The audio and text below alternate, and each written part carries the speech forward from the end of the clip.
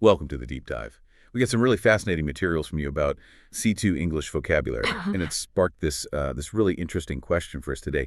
How can active listening, really transform your understanding and your confidence using these advanced words? So our mission is to explore that, to help you not just recognize these sophisticated words, but truly embed them, make them usable in the real world. It really is a game changer, yeah. At the C2 level, it stops being just about the dictionary definition. We're talking about sensing those subtle connotations, the intricate nuances. That's what brings the language to life. And look, you won't master these by memorizing lists. That's not how it works. True mastery, that comes from understanding them in their authentic context, how their meaning shifts, deepens, depending on, well, how and where they're actually spoken. I can absolutely see that, how it changes the game. But let's be real.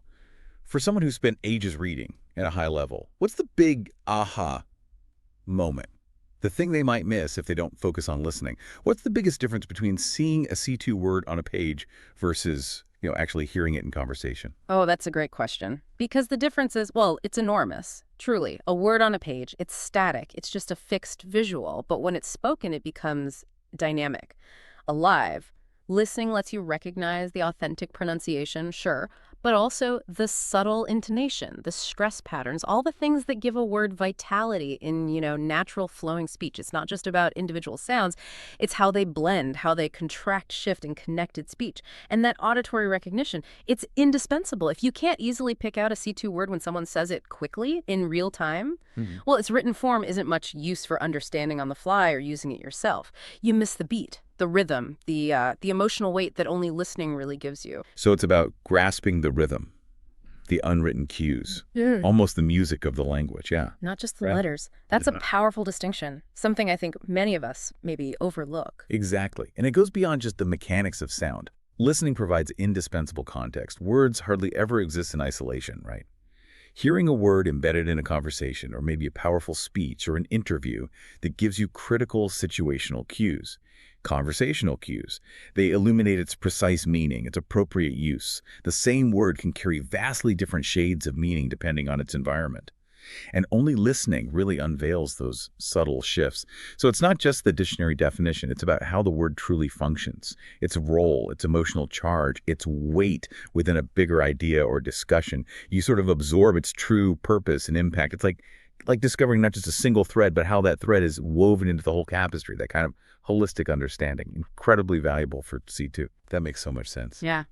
And okay, if we're talking about really integrating these words, the real challenge often isn't just understanding them, it's making them stick. So how does this active listening idea help with, embedding these words, getting them into our long-term memory beyond just rote learning? Right. That's where consistent exposure comes in. Exposure to words within authentic, engaging audio.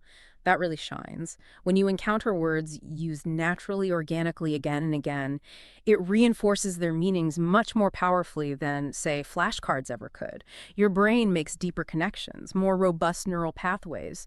The learning shifts from just academic study to a natural absorption of language as it's genuinely used. It embeds it deeply into permanent memory. You're not just remembering, you're internalizing. Internalizing. Okay. Yeah. So if we're aiming for that, what does this whole approach mean for you, the learner, in a practical everyday sense? Well, it fundamentally highlights that choosing the right kind of listening material is almost as crucial as the listening itself. Think of your listening time as like a targeted language infusion. So tune into things like well-produced podcasts or compelling audiobooks, maybe insightful academic lectures. These aren't just for casual listening. They're rich, immersive linguistic environments. They're specifically designed to give you that authentic, high-level language exposure. And while you're listening, make it active. Really pay attention. How are these sophisticated words being used? How do they subtly shift meaning? How do they fit into the overall message? All right, this is where our deep dive really starts to get practical. We're going to navigate through a selection of advanced C2 vocabulary words we've curated.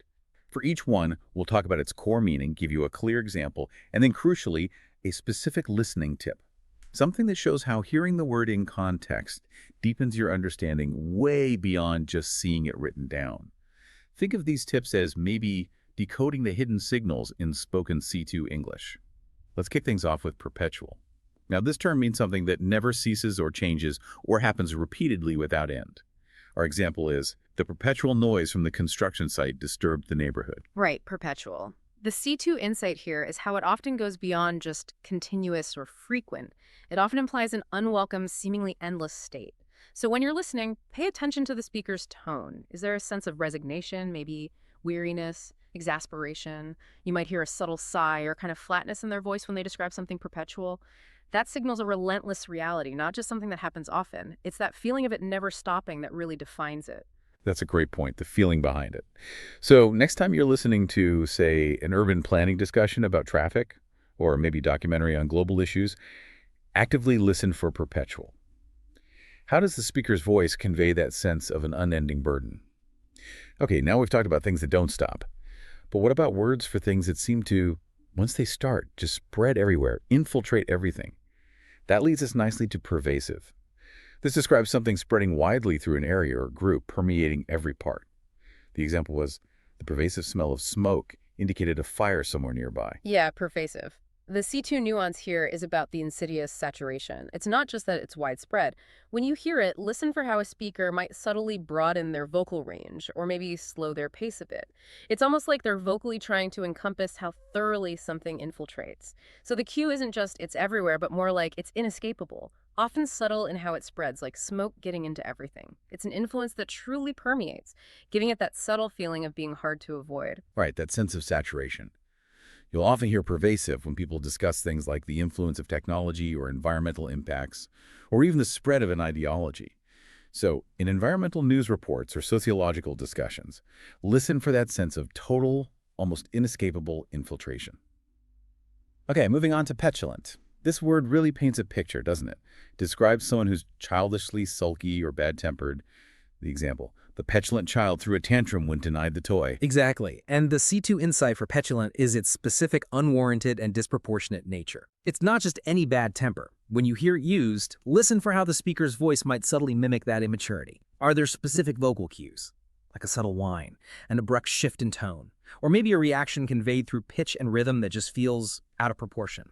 These cues pinpoint that distinctly childish, often unjustified display of irritation. The childishly part is key, and you often hear that underscored in the delivery. That's a really fine distinction, unjustified irritation. Yeah. So maybe in family dramas you watch, or podcasts on human behavior or emotional intelligence. Keep an ear out for petulant. Listen for those little vocal signals that highlight an immature, maybe disproportionate burst of frustration. Now, how about phlegmatic? Our example gives good context. His phlegmatic response to the crisis impressed everyone with his composure. Ah, phlegmatic. The C2 insight here goes beyond just calm. It's about a remarkable, almost rare, unshakable steadiness under pressure. When a speaker describes someone this way, listen for a tone that suggests quiet admiration, almost reverence sometimes. Admiration for their ability to stay unagitated when everyone else is panicking. The word often carries this implicit contrast with more common, agitated reactions. It highlights a profound inner resilience, composure under fire. It's not just descriptive, it often elevates that trait as something admirable, even rare. Fascinating. That implied admiration, that strength. So when you're listening to leadership case studies, maybe crisis management talks, focus on descriptions of people who keep that exceptional cool head. Hearing phlegmatic in that context really highlights the speaker's respect for that quality. Okay, next up, platitude. This is a remark or statement used so often it's just not interesting, original, or thoughtful anymore. Like, the politician's speech was full of platitudes and empty promises. Yes, platitude. The C2 insight is its lack of intellectual weight or genuine originality, especially in a sophisticated discussion. When a speaker uses this word, listen for how they might deliver the platitude itself, often with a flat, uninspired intonation, almost reciting it from memory. It sounds hollow, it lacks any real intellectual substance or emotional resonance. That confirms its trite nature. You can almost hear the speaker's implicit dismissal, the lack of conviction or fresh thought behind the phrase. Yeah, you really can feel that lack of original thought. So next time you're analyzing political speeches or any public discourse, listen actively for those tired phrases. Your ear will start picking up on that hollowness, that absence of genuine thought. Okay, now for poignant. This means evoking a keen sense of sadness or regret, often in a deeply moving way, for instance. The poignant farewell scene brought tears to the audience's eyes. Poignant. For this one, the C2 nuance is about a bittersweet emotional resonance. It goes beyond just sadness, it truly lingers. When a speaker calls something poignant, you don't just hear the word, listen closer. You might notice a slight catch in their voice, maybe a brief, reflective pause, a little silence, or even a slight tremor in their delivery. This vocal echo of a complex, often bittersweet emotion makes it much more powerful than just reading the definition. It points to a profound emotional impact that stays with you. So not just sad, but movingly sad, with that lingering quality. Listen in movie reviews or storytelling podcasts, especially when they discuss emotional high points. Poignant is often the word used to capture that deep, moving feeling that sticks around. Right, next. Pompous. Describes someone affectedly and irritatingly grand, solemn, or self-important, often trying way too hard to impress, like, the pompous professor looked down on students who asked simple questions. Pompous, yes. A core C2 insight here is that it often feels like a performance, maybe born of insecurity, aimed at impressing rather than genuinely communicating. When you hear it, listen for a certain artificiality in the vocal delivery, perhaps an overly formal tone, exaggerated articulation, maybe a condescending cadence. This signals an attempt to project authority or superiority, but maybe without real substance. And often the annoyance, or perhaps slight amusement in the speaker's voice, mirrors the irritating quality of the pompous person themselves. It subtly highlights that it might be a facade. That makes total sense, that trying too hard vibe, yeah. Maybe tune into academic lectures sometimes, or satire shows poking fun at self-important figures. Listening for that underlying artificial sound, that performance quality, helps you spot true pompousness. It's often about what they're trying to project or hide. Let's talk pragmatic next, dealing with things sensibly, realistically, based on practical rather than theoretical ideas. Example, her pragmatic approach to problem solving impressed the management team. Right, pragmatic. The C2 insight lies in its emphasis on real-world applicability and crucially measurable results, especially in complex situations. The listening cue is often in the speaker's tone, usually direct, grounded, decisive. Listen for an emphasis on actionable steps, efficiency, tangible outcomes. The speaker conveys a sense of practicality above all else, often using a kind of no-nonsense vocal delivery that matches the word's focus on solving problems effectively, not just theorizing. Focused on what works. On results. Yeah, explore business or leadership podcasts. They're full of this. Discussions about practical decision-making, problem-solving.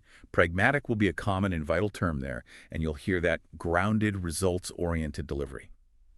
Our next word is pristine, meaning in its original condition, unspoiled, immaculate. The pristine wilderness area had never been developed or disturbed. Ah, pristine. Beyond just being clean at the C2 level, it conveys a state of original, untarnished perfection, often carrying a sense of reverence. When you hear it used particularly for, say, natural environments in a conservation podcast or maybe a historical artifact, the narrator's voice often carries a sense of admiration, perhaps a hushed tone, emphasizing its untouched, ideal beauty or original state. This solemn, almost sacred quality in the delivery heightens that feeling of original purity. Perfect condition. It conveys much more than just clean. Untouched, perfect. Yes, that reverence is key. Explore conservation or environmental podcasts, or maybe documentaries on art restoration. You'll hear descriptions of untouched nature, perfectly preserved artifacts. Pristine will likely be a key descriptor, and you'll often hear that hushed, appreciative tone. Next up, profane.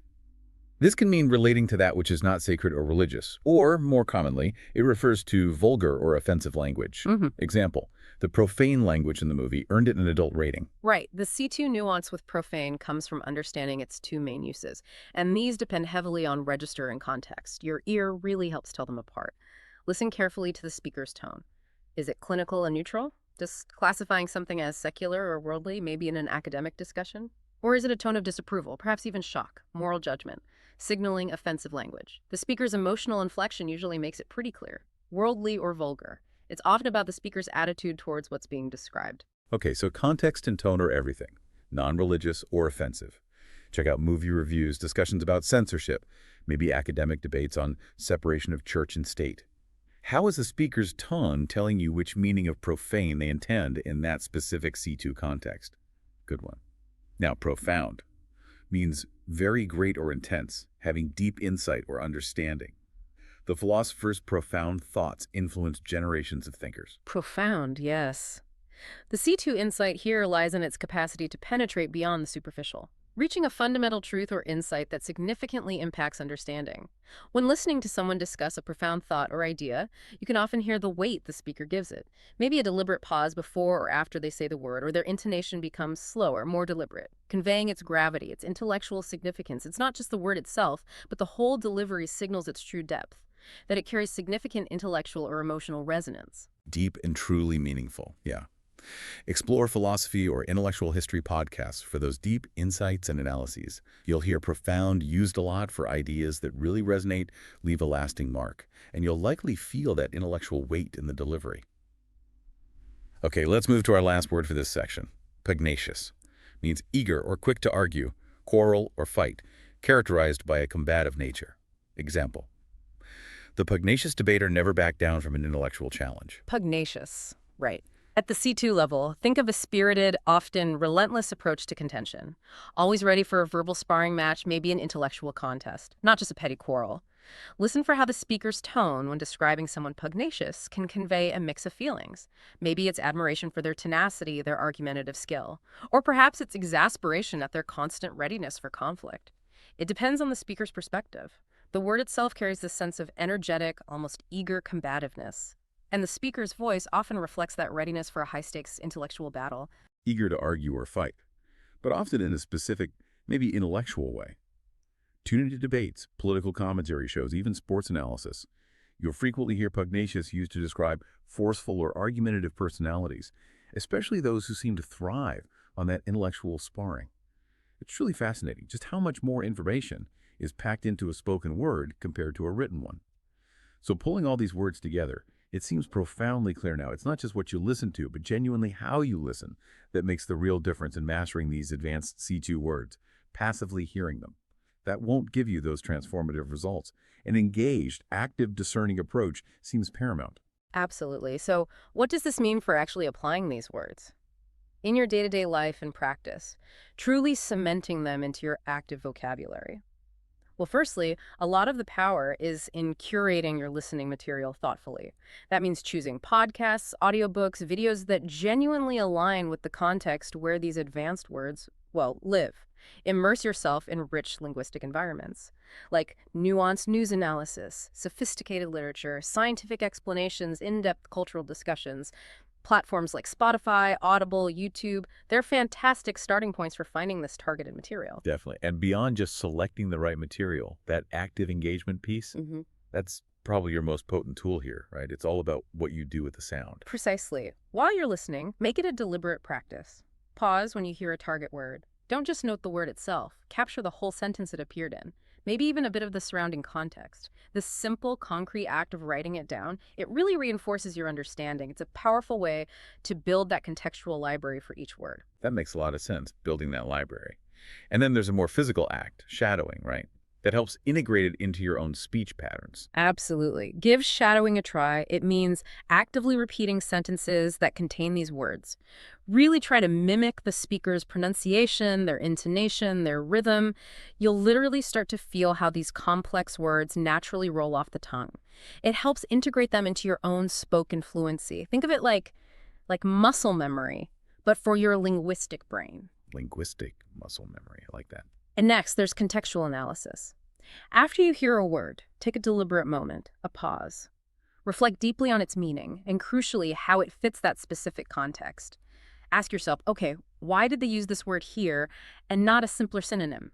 If you're not quite sure about the subtle nuances, that's your cue. That's exactly when you should look it up. This kind of deeper dive solidifies your comprehension. You get not just what it means, but why it matters in that particular situation. Understanding the why. Got it. And finally, look. Never underestimate the power of good old repetition. Simple, but effective. Go back. Listen to the same audio material more than once. Each time you listen again, it reinforces your ability to recognize these words in natural speech. They start to feel more familiar, become easier to recall, and eventually they'll be more readily available for you to use yourself. Okay, so these are great strategies. Now for some specific, high-quality resources to really help you jumpstart this C2 vocabulary journey and put these listening strategies into practice, where should people look? Right, recommendations. When it comes to podcasts, we strongly suggest checking out the TED interview. Absolute gold for deep dives with influential thinkers. BBC Radio 4 in our time, fantastic for intellectual history, philosophy, very rigorous, dense with C2 language. Also, The Moth, brilliant for compelling, richly descriptive storytelling. And Freakonomics Radio for smart, analytical discussions on all sorts of intriguing topics. These are absolute gold mines of C2 language in action. Seriously. Couldn't agree more on those. Great list. And for audiobooks, maybe choosing literary classics or perhaps nonfiction by authors known for really sophisticated prose. People like Malcolm Gladwell or Yuval Noah Harari immediately come to mind. Reading their work is one thing, but hearing it read beautifully, it's like a master class in language, delivered with a natural flow. Loads of rich vocabulary embedded right in the narrative. Those are fantastic suggestions. Yeah. And if you enjoy learning with both visuals and audio, academic lectures on platforms like Coursera or educational YouTube channels like Crash Course, they offer tremendous exposure. They present complex ideas using equally sophisticated vocabulary across tons of different subjects. It gives you that real-world C2 immersion. What's truly remarkable here, I think, is seeing that journey you can embark on, going from just vaguely recognizing a word to profoundly integrating it into your mental lexicon, into your active speech, all achieved through the immersive, dynamic power of sound. By consistently engaging with authentic materials, applying these active listening strategies, you will undoubtedly enhance your ability to understand, interpret, and confidently use advanced English. So as you continue your journey with the English language, maybe consider this. Mastering these C2 words doesn't just expand your vocabulary list. It fundamentally reshapes how you perceive, analyze, and articulate the world around you. Think about the profound impact of nuance, how these words empower you to express complexities, subtleties that maybe you couldn't quite capture before. It truly deepens your grasp and expression of thought. It's really about opening new doors to understanding and self-expression. We really hope this deep dive has been incredibly insightful and genuinely helpful for your English listening practice.